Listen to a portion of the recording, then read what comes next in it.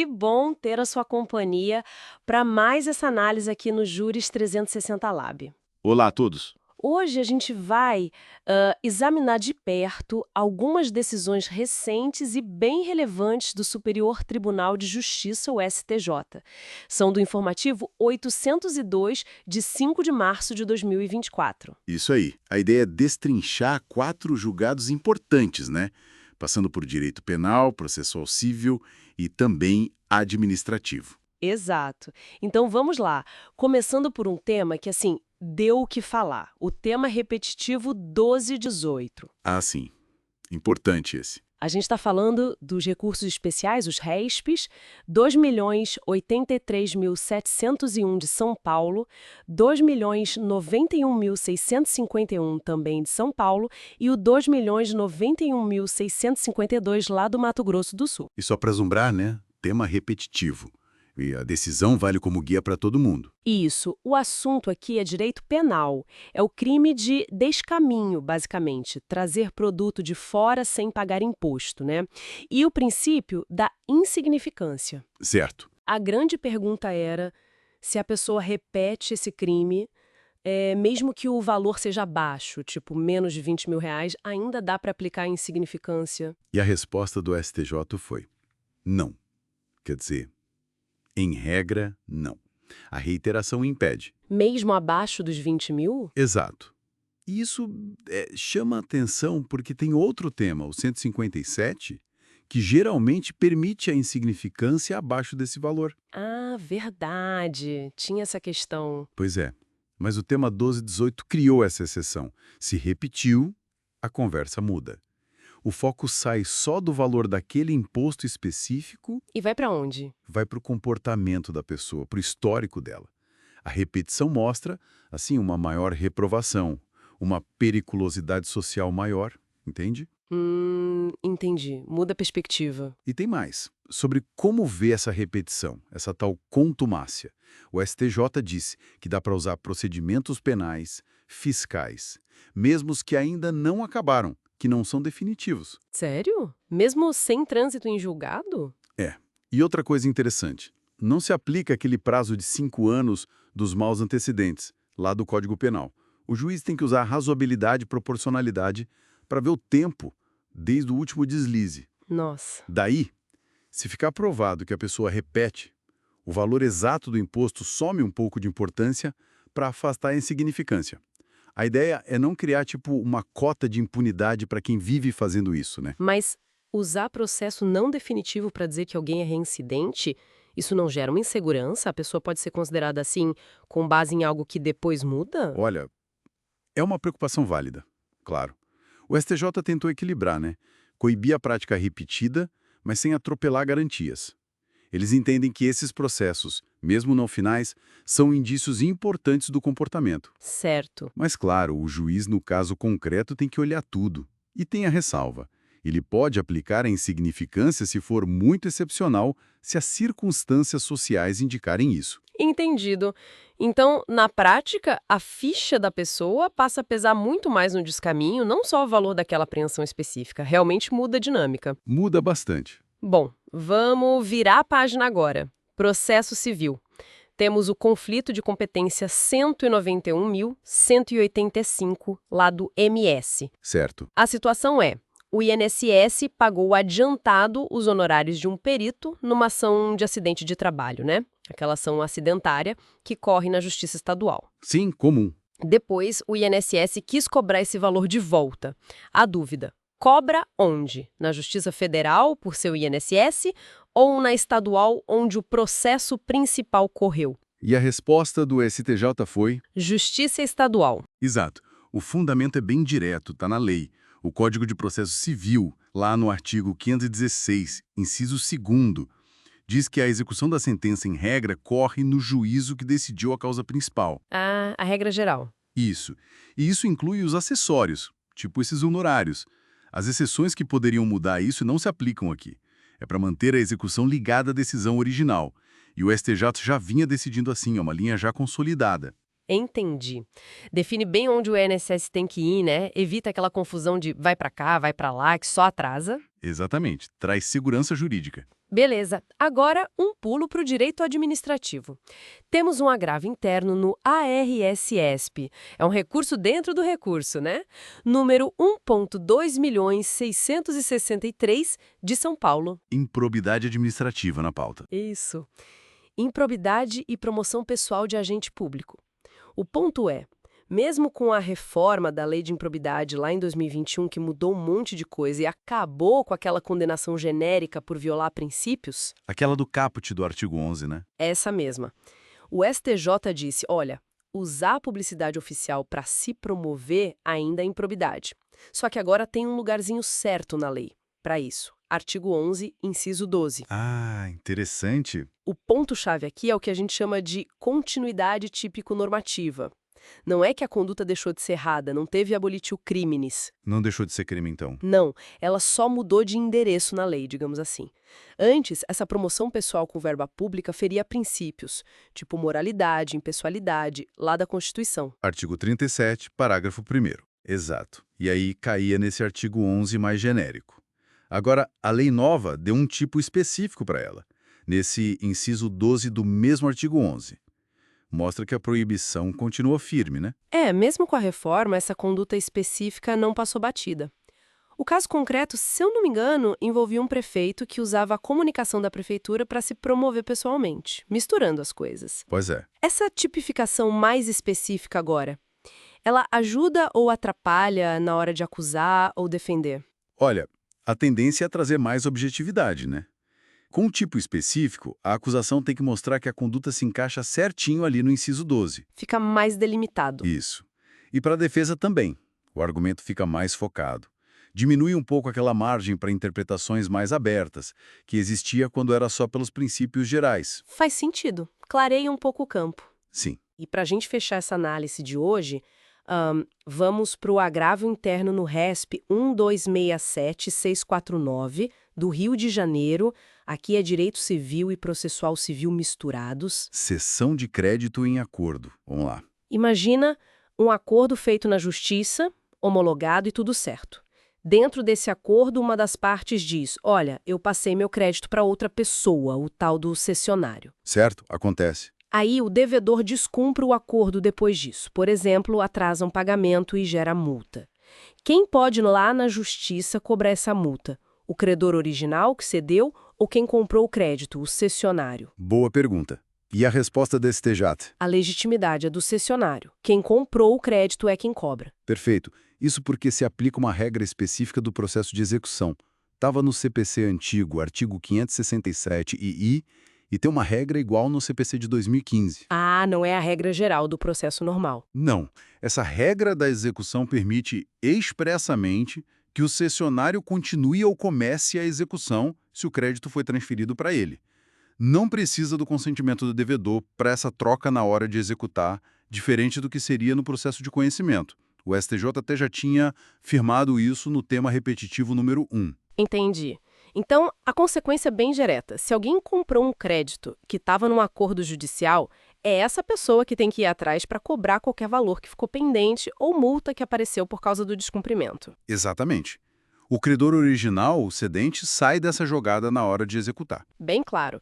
Então, resumindo o que a gente viu hoje, a repetição no descaminho complica a vida de quem busca insignificância, mesmo com valor baixo. Sim. A competência para cobrar honorários de perito em ação acidentária adiantados pelo INSS na Justiça Estadual é da própria Justiça Estadual. Certo. A promoção pessoal com dinheiro público continua sendo improbidade, só que agora tem um inciso específico para ela no artigo 11. Continuidade típico-normativa.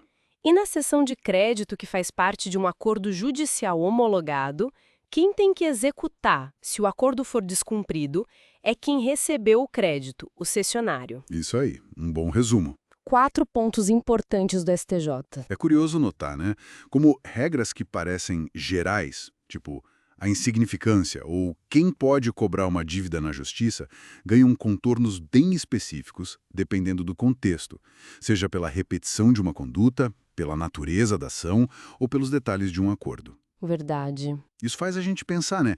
Até que ponto a aplicação literal assim da lei tem que ceder espaço para análise das circunstâncias de cada caso e das consequências sociais que aquela decisão vai gerar. Fica aí a reflexão. Ótima provocação para a gente terminar por aqui. Muito obrigada por nos acompanhar nesta discussão. Obrigado pela audiência. Nos vemos no próximo bloco. Olá! Voltamos com mais um bloco de análise do informativo 802 do STJ. Agora a gente vai mergulhar em 4 julgados bem específicos. Temas variados, viu? Vamos falar de laudêmio em leilão, uma situação diferente sobre prisão por alimentos, cobertura de terapias para autismo em plano de saúde e também como é que fica a divisão de honorários quando tem um monte de advogado ganhando junto. Vamos lá. Olha, começando pelo EDCL no RESP 1781946, lá de Sergipe. O ponto é o laudêmio, né? Aquela taxa para a União quando se vende imóvel em terreno de marinha. A dúvida é, quem paga se o imóvel foi comprado num leilão judicial, na asta pública? Exato. Sabe, aquele leilão que a justiça faz. Exato.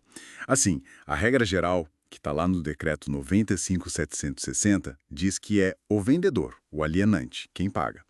E o STJ já disse várias vezes que mesmo que o comprador combine com o vendedor que vai pagar, para a União não muda nada. Ela cobra do vendedor mesmo. Tá, mas espera aí. Se a regra é essa, por que num leilão judicial seria diferente? Isso não cria uma confusão? Então, essa é a questão central. Porque a arrematação em asta pública não é bem uma compra e venda normal, sabe? É vista como uma forma originária de adquirir a propriedade. E o ponto decisivo, nesse caso específico, foi que o edital do leilão e também a carta de arrematação, os documentos oficiais, né? Eles diziam claramente que era o arrematante quem ia pagar o laudêmio. Ah, então estava escrito no documento do leilão. Isso. E aí o STJ entendeu que, só nesse caso, por causa dessa previsão expressa, o ônus passa para o arrematante. O edital, nesse contexto, funciona quase como uma lei ali entre as partes, entende? E o interessante é a consequência disso. Se o arrematante é quem tem que pagar, ele também ganha o direito à legitimidade para ir à justiça discutir esse valor. Pode até pedir de volta a repetição do indébito se achar que pagou indevidamente. Entendi. Faz sentido pela previsão no edital. Bom, mudando um pouco de assunto, mas ainda em decisões com impacto direto, né? Teve uma da terceira turma sobre obrigação alimentar. Um caso em segredo de justiça, mas o ponto foi que afastaram a prisão civil do devedor de alimentos. Tema delicado sempre. A gente sabe, pela súmula 358 do STJ, que só porque o filho ficou maior de idade ou pode trabalhar, a pensão não acaba automaticamente. Precisa de decisão judicial, ouvir todo mundo. Só que a prisão por dívida de alimento tem um objetivo muito claro: forçar o pagamento urgente para garantir a sobrevivência de quem recebe. É para ontem, né? Certo. E nesse caso, o que levou a turma a achar que não tinha essa urgência toda? Foram as circunstâncias bem particulares, sabe? A credora já tinha 26 anos, era formada em Direito, estava fazendo pós-graduação. E mais, já trabalhava como advogada associada num escritório. Então ficou claro que ela conseguia se sustentar.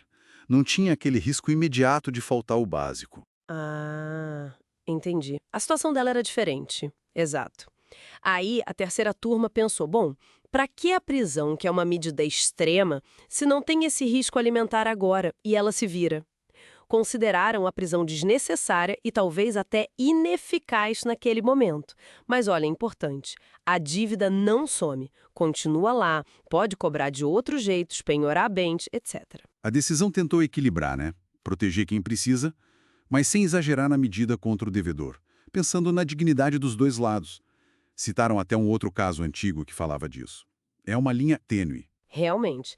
E falando em necessidades, né? Outra decisão da terceira turma, também em sigilo de justiça, foi sobre plano de saúde cobrir terapia para transtorno do espectro autista, o TEA. Isso, analisaram terapias específicas. Primeiro, a psicopedagogia.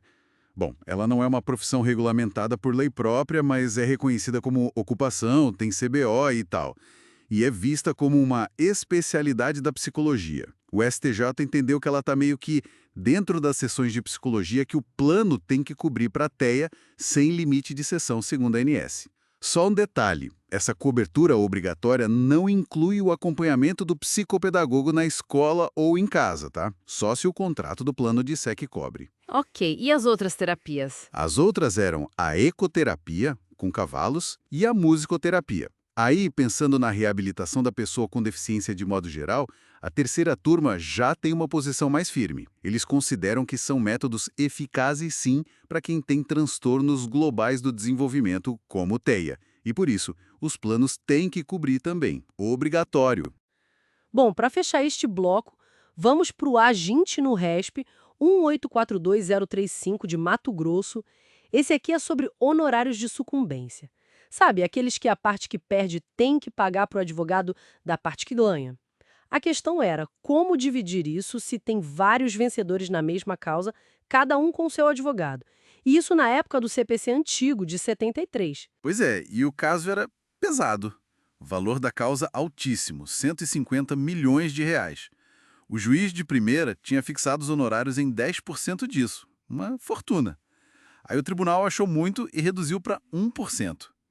Que era assim, o mínimo que o STJ costumava aceitar naquela época, para não dizer que era um valor irrisório, sabe? Certo. 1%.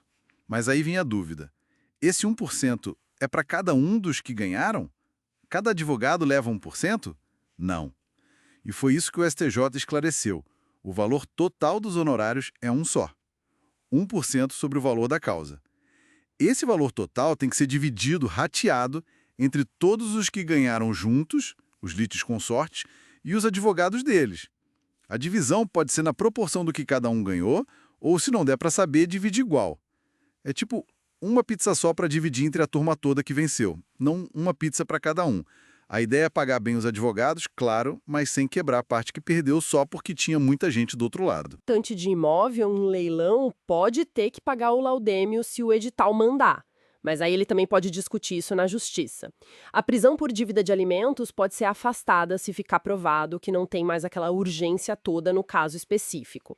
Ecoterapia e musicoterapia para TEA devem ser cobertas pelos planos de saúde e os honorários de quem perde vão para um bolo único que é dividido entre todos os advogados dos vencedores. Exato. E fica uma reflexão, né? Juntando essas decisões, principalmente a do laudêmio e a da prisão por alimentos, a gente vê o judiciário tentando achar um caminho entre aplicar a letra fria da lei e olhar para as circunstâncias únicas de cada história, né? Buscando o resultado que pareça não só legal, mas talvez mais justo, mais adequado ao espírito da norma. É um ponto excelente para a gente pensar.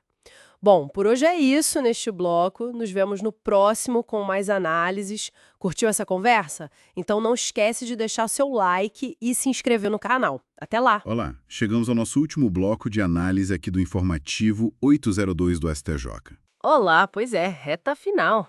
E temos 4 decisões importantes para fechar, né? Limites em concurso de credores, Isso. remissão de pena por estudo à distância, Tema quente esse. uma nova afetação sobre empenhorabilidade rural e também um cancelamento de outra afetação sobre improbidade. Bom dar uma olhada nisso. Vamos sim. São julgados que mostram bem assim a dinâmica do tribunal, né? Desde detalhes da execução até ajustes em temas de grande repercussão. É importante ficar ligado nessas movimentações. Com certeza. Bom, começando pelo RESP 1.839.608, lá de São Paulo. Certo. A quarta turma discutiu se aquele limite de 150 salários mínimos para pagar crédito trabalhista que está lá na Lei de Valências... Artigo 83, inciso I, né? Isso. Se esse limite vale também para o concurso singular de credores, aquele fora da falência. Ah, essa é uma dúvida clássica, né? E a resposta do STJ foi? Não, Não se aplica. não aplica. E por quê? Qual foi o raciocínio? Bom, o ponto central foi a diferença clara entre os dois tipos de concurso. O singular, regido pelo CPC, né, artigos 908, 797, ele é contra um devedor que, em tese, é solvente. Certo. É uma disputa mais individualizada, sobre um bem específico que foi penhorado. Já o concurso universal da falência ou recuperação judicial, aí é outra história. É coletivo, né? Abrange tudo. Exatamente. Pega todo o patrimônio do devedor, que já é insolvente, e todos os credores entram na fila. As finalidades são diferentes. Entendi. Então, usar a regra da falência por analogia no concurso singular seria... Inadequado, precisamente. O tribunal diz que não tem omissão na lei para justificar a analogia, que é o que o artigo 4º da LINDB pede, né? O CPC já tem suas regras e, além disso, tem o Estatuto da OAB, o artigo 24, que garante o privilégio dos honorários advocatícios. Que são verba alimentar, né? Sim, e sem impor esse limite de valor no concurso singular. Então, a decisão reforça que cada macaco no seu galho, basicamente. As regras da execução individual são umas, as da falência são outras. Faz sentido. Bom, pulando agora para a execução penal, o RESP 2.105.666 de Minas Gerais. Esse aí tratou da remissão da pena por estudo à distância, o EAD. Exato. O que precisa para validar esse estudo para remir a pena? É só fazer o curso e apresentar o certificado. Então, a quinta turma disse que não é tão simples assim. Reforçou a necessidade de cumprir vários requisitos formais, coisa que está lá no artigo 126 da LEP e também na resolução 391 do CNJ. E quais são esses requisitos? Bom, primeiro, a instituição de ensino tem que ser credenciada no SISTEC, lá do Ministério da Educação. Ah, o Sistema Oficial de Cursos Técnicos. Isso. Segundo, precisa ter autorização ou um convênio, né, com o poder público ou com a própria unidade prisional. Terceiro, o curso tem que estar previsto no projeto pedagógico da unidade. E, claro, tem que ter um controle de participação, registro de carga horária, essas coisas. Entendi. E no caso que eles julgaram, o que aconteceu? Faltou alguma coisa? Faltou. Pelo que consta na decisão, faltava o credenciamento no SISTEC e também o tal do convênio. Aí, mesmo com o certificado na mão, a remissão foi negada. Puxa, mas e o esforço do preso em estudar? Isso não conta? Não parece meio rígido demais? Impedir a ressocialização por causa de um papel? É um ponto delicado, né? A visão do STJ ali foi ter essa fiscalização prévia do Estado, esses cadastros, são pressupostos de validade mesmo. Não é só uma falha de fiscalização que pode ser corrigida depois. Entendi. É a ideia de garantir a seriedade do curso, evitar fraudes. Exato. Mas cria essa tensão, né? O controle versus o incentivo ao estudo para remissão. É uma questão complexa. Sem dúvida. Bom, seguindo aqui, temos agora movimentações nos temas repetitivos. Uma nova afetação, né? O tema 1234. Isso, a Corte Especial afetou 2 RESPs, o 2080-023 de Minas e o 2091-805 de Goiás. E qual é a pergunta que eles vão responder? A questão é bem direta e muito importante para quem lida com execução rural. Definir sobre qual das partes recai o ônus de provar que a pequena propriedade rural é explorada pela família. Ah, a famosa questão do ônus da prova. Isso pode mudar tudo, né? Quem tem que provar o quê? Exatamente. Saber se é o credor que tem que provar que não é explorada pela família ou se é o devedor que tem que provar que é explorada. Isso define, na prática, se a empenhorabilidade vai ser fácil ou difícil de conseguir. Vai ter um impacto grande. Com certeza. E, por outro lado, falando em temas, teve um cancelamento de afetação, né? O tema 1096. Teve sim. A primeira sessão cancelou a afetação de 2 RESPs também, o 1912668 de Goiás e o 1914458 do Piauí. E esse tema era sobre o quê mesmo? Era sobre improbidade administrativa. A questão era definir se aquela conduta de frustrar uma licitação ou dispensar indevidamente, sabe? Se isso configuraria um ato de improbidade que causa dano presumido ao erário. Ah, o dano in re ipsa, né? Aquele que não precisa provar prejuízo financeiro específico. Exatamente esse, o dano que decorreria do próprio ato ilegal. Com o cancelamento, essa tese sobre dano presumido em licitação fraudada não vai ser definida de forma vinculante como repetitivo por agora. Entendi. Então a análise vai continuar caso a caso por enquanto. É o que parece. Pode ser que o tribunal queira mais tempo para amadurecer a questão ou que a multiplicidade de casos não fosse tão grande assim para justificar o repetitivo naquele momento. Fique em aberto. Certo. Bom, com isso a gente fecha a nossa análise do informativo 802 do STJ. Passamos por tudo, né? Passamos, desde a questão do limite no concurso singular Que não se aplica. e os requisitos formais para remissão por EAD. Que são bem rígidos. A nova discussão sobre o ônus da prova da pequena propriedade rural Que promete E o cancelamento daquele tema de improbidade sobre dano presumido. Foi bastante coisa. Sim, e fica claro como a interpretação da lei está sempre, né, em construção, em refinamento nos tribunais. Acompanhar não só a decisão final, mas essas idas e vindas, afetação, cancelamento, ajuda muito a entender para onde a jurisprudência está indo. Perfeito. É isso mesmo. E para quem quiser continuar acompanhando essas análises, essas conversas sobre as decisões importantes, não deixem de se inscrever aqui no canal Juris 360 Lab e, claro, de curtir o vídeo se gostaram. Isso aí, ajuda bastante a gente a continuar produzindo. Exato. Agradecemos muito a companhia de todos e todas e nos vemos na próxima. Até a próxima!